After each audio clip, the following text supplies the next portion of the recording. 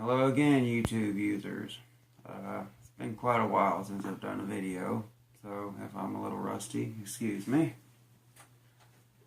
I just want to do an update on what I've done to the Dominus, the Helion Dominus, and a new vehicle that I've gotten. I want to start off with the things that I've done to the Dominus. For one, these are the stock tires and rims. You can see that the front, I think, is 2.2 inches by 3 inches. I didn't like that look. So, for $13 for a set of two, I was able to get some newer rock crawler tires. And as you can see, the tread, I can crawl up damn near anything, especially with, I've been told this is a 1/10 scale, and that's what it says about everything. But I have an actual one. I bought a new vehicle, and it's actually a 1/10 scale, and it's a little smaller. So I believe this may be a 1/8 scale. I'm not exactly sure. But the main thing that I've done to this is I had been running it in some gravel, and the problem with gravel is some of the rocks are ferrous, meaning if there's a magnet around, it'll get caught up in the magnet and fuck something up. Well, my brushless motor is fine because it's sealed, but yes, I'm using a piece of metal, hard metal, as a body clip. Because other stuff won't. I've tried using a regular body pin, but this is long enough to really hold the body on, because right here it's really messed up. But why buy a new body when I can just flip it over, flatten it out, and put some epoxy around it and drill through? I'm still going to do that. The things I've done is, as you can see, I've got all my old bearings out from the wheels. These are the wheel hub bearings. As you can see, I have the inside, all four of them, but from running in the gravel, one of these smaller ones, the 5x10 by 4 millimeter, the 5x11 by 4 millimeter, excuse me, actually locked up, and I believe it was a rear one. It was one of these two.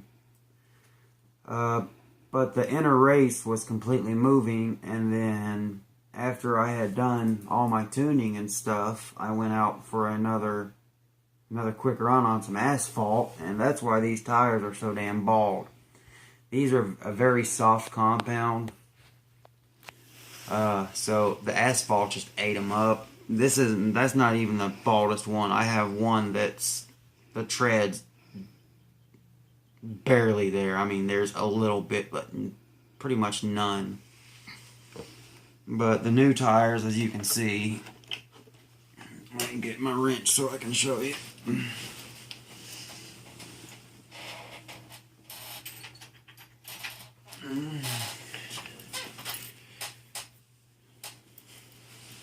But the way I had found that out was I was re-greasing them. I don't like using the thin the thin silicone grease. I have some.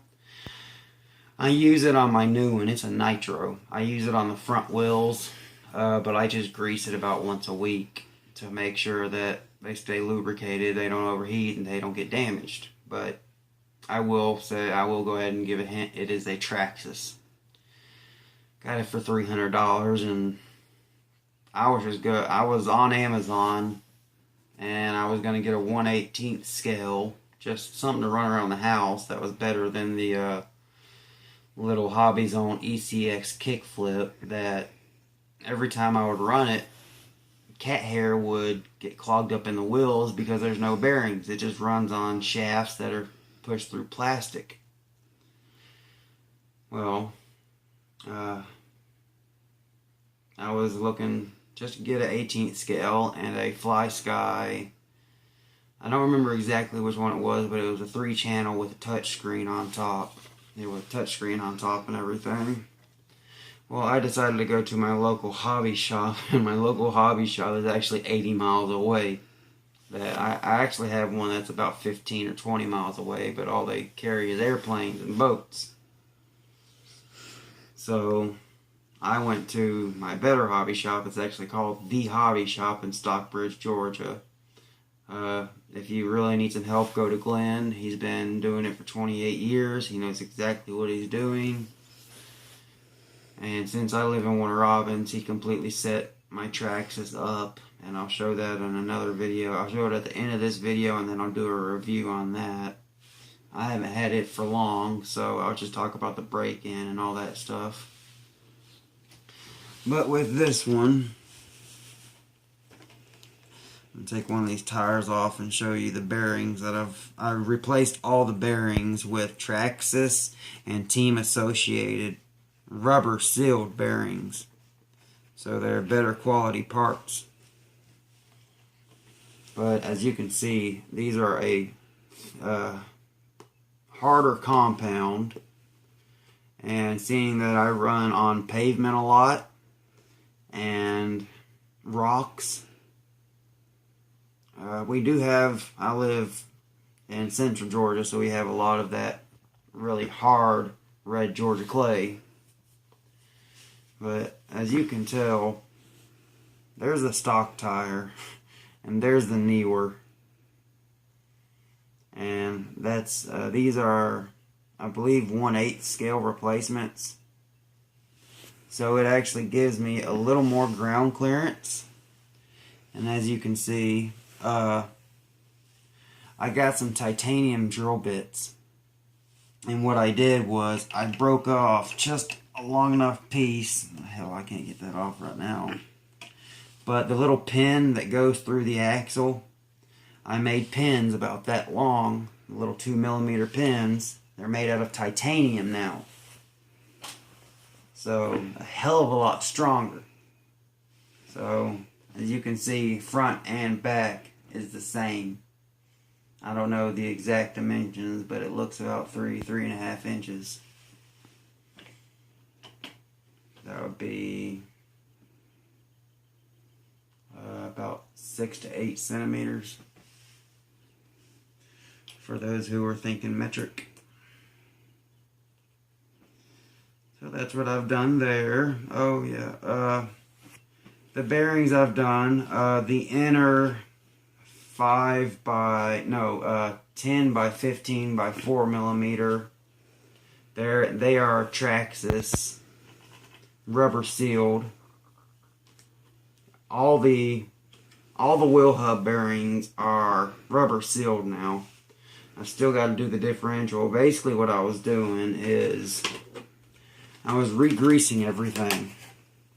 I had taken off the back, and that's when I discovered that one of the outer bearings had gone out, because I hadn't rebuilt it in quite a long time. And also my motor cooling fan had locked up from running it in gravel, which had some ferrous rocks in it. But as you can see, I get more ground clearance with these taller tires.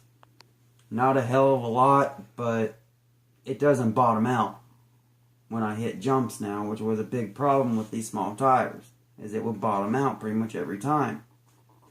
And this thing will crawl much easier now. I can put it in a very low setting, and the Castle Sidewinder, it's actually a 1/8 scale motor on a 1/10 scale platform, so it's got gobs of torque and gobs of power.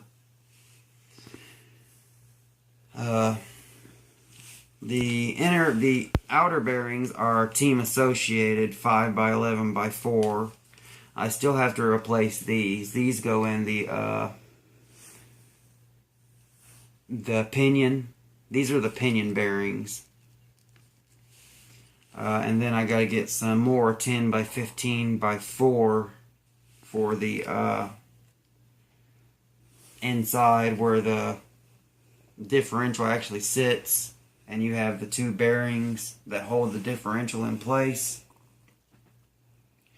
Those are still these stock metal shielded bearings, which I don't like those because they're not rebuildable. And that's one thing that I prefer to have, rebuildable parts everywhere. I'm still slowly upgrading this. I'm going to be getting some new shocks. Hopefully, I have a buddy who has a machine shop, and I'm going to get him to make me the shock towers. I'm going to get him to make those out of aluminum. He has a milling machine, and all I have to do is buy the aluminum and give him these, and he can make the new ones.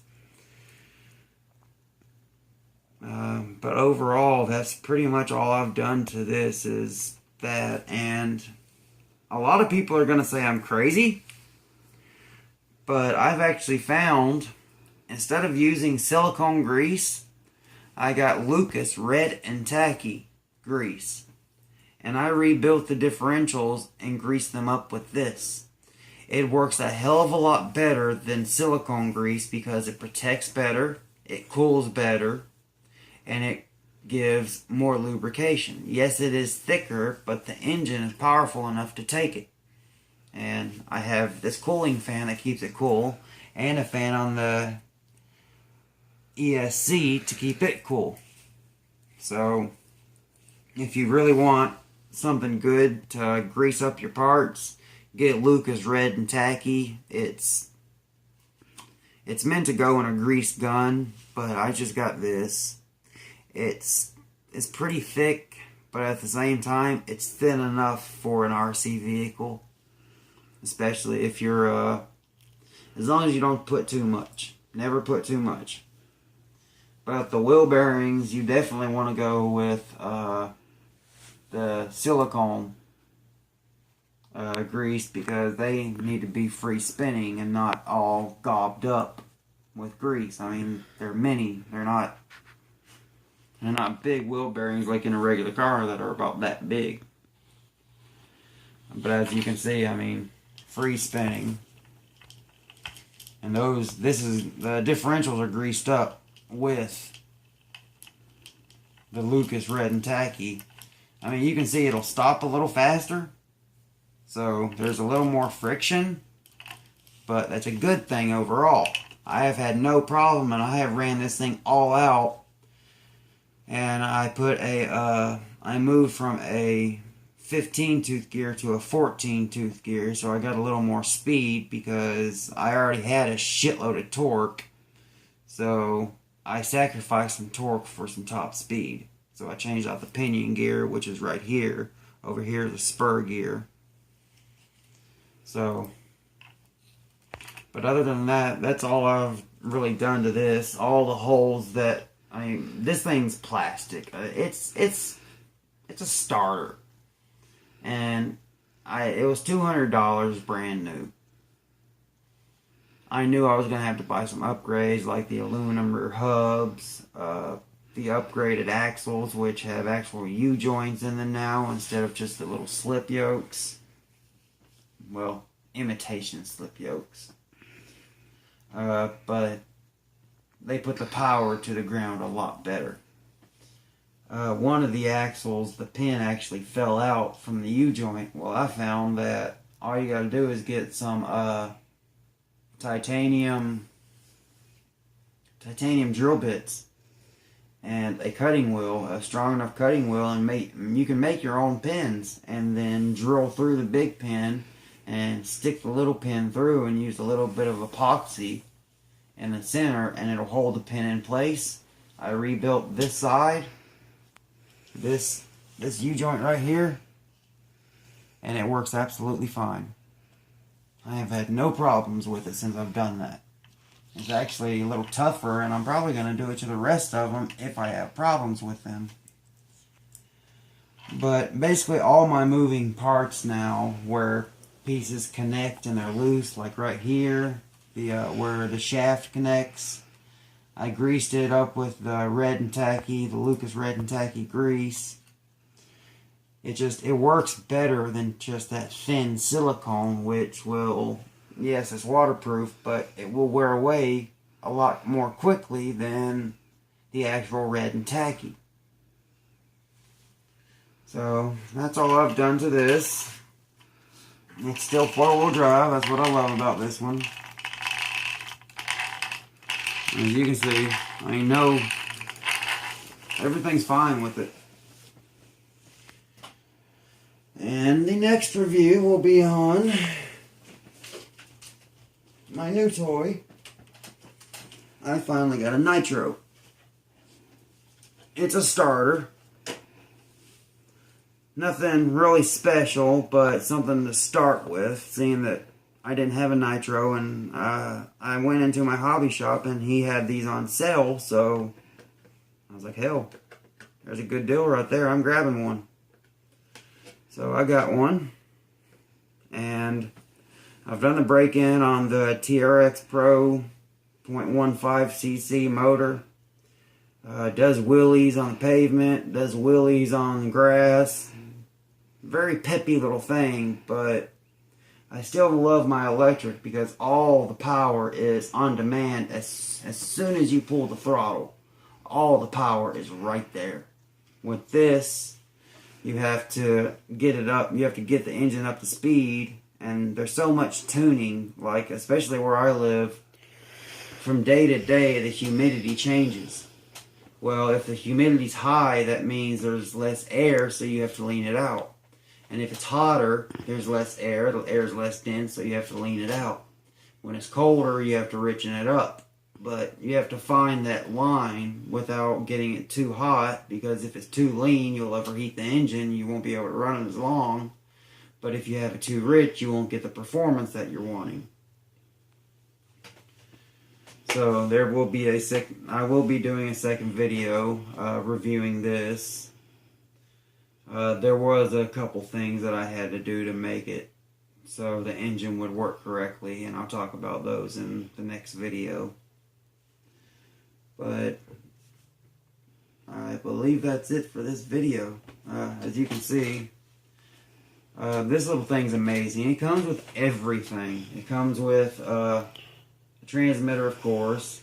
It comes with the Easy Start, which is absolutely amazing, instead of having to have a glow plug igniter or whatever the hell it's called, and a pull cord. It just has a little motor, and you just stick this into the back, and it'll just do that. And it'll turn it over, and then it'll start all by itself. It didn't start right then because I don't have any fuel in this. So that's it for this video. Till next time, peace.